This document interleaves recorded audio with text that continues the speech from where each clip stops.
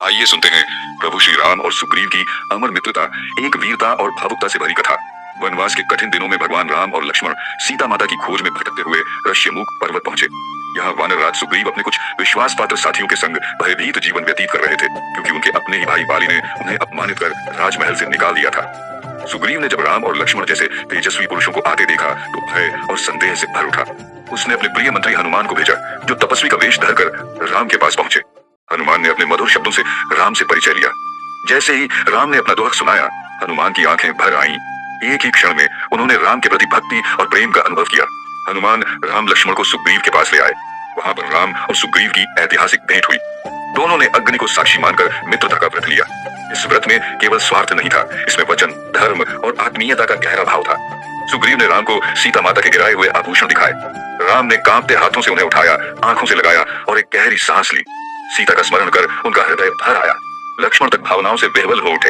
अब मित्रता की पहली परीक्षा सामने थी।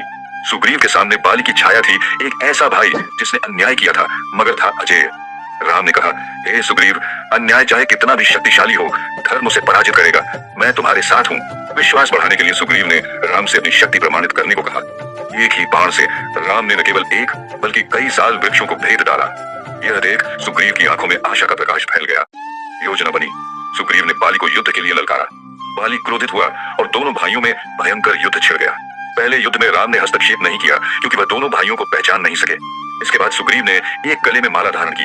दूसरी बार जब युद्ध हुआ, राम ने अवसर देखकर एक बाण से बाली के हृदय को भेद दिया। बाण की चोट से घायल बाली गिर पड़ा। उसके मुख से रक्त बह रहा था, पर उसकी आंखों में क्रोध नहीं बल्कि जिज्ञासा थी। बाली ने राम से पूछा, हे राम, धर्मराज कहलाने वाले तुमने छिपकर मुझ पर प्रहार क्यों किया?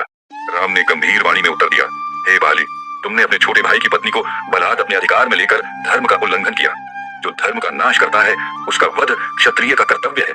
बाली ने राम के वचनों को सुना। उसकी आंखों में पश्चाताप के आंसू भर आए। उसने सुग्रीव को राज्य सौंपते हुए कहा, भाई, अब न्याय का राज्य करो, मुझे क्षमा करना। और अंतिम प्रणाम कर प्राण त्याग दिए। यह क्षण अत्यंत भावुक था। भाई का वध, धर्म की रक्षा और मित्रता की जीत। सुग्रीव ने राम के चरणों में गिरकर वचन दिया कि वह संपूर्ण वानर सेना को सीता माता की खोज में झोंक देगा। इस प्रकार एक वीरता, त्याग और सच्ची मित्रता से भरा अध्याय लिखा गया, जो युगों तक मानवता को धर्म और मित्रता का संदेश देता रहेगा। रामायण के और भी ऐसे रोचक किस्से जानने के लिए हमारे चैनल को सब्सक्राइब कीजिए और कमेंट में बताइए यह कहानी आपको कैसी लगी। जय श्री राम, जय बजरंग बली बाबा जी की जय।